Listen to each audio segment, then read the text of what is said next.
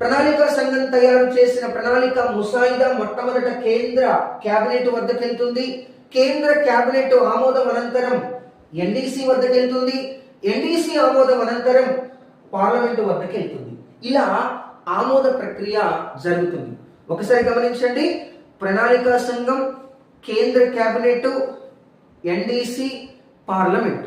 అయితే ఖచ్చితంగా మీ అందరికీ గుర్తుంచుకోవాల్సినటువంటి అవసరం ఇక్కడ ఒక క్వశ్చన్ రైజ్ అవుతూ ఉంది. భారత్లో ప్రణాళికలను అంతిమంగా ఆమోదించేది ఎవరు? అంతిమంగా ఆమోదించేది ఎవరు అన్నప్పుడు ఇక్కడ ఆన్సర్ ఎన్డీసీ.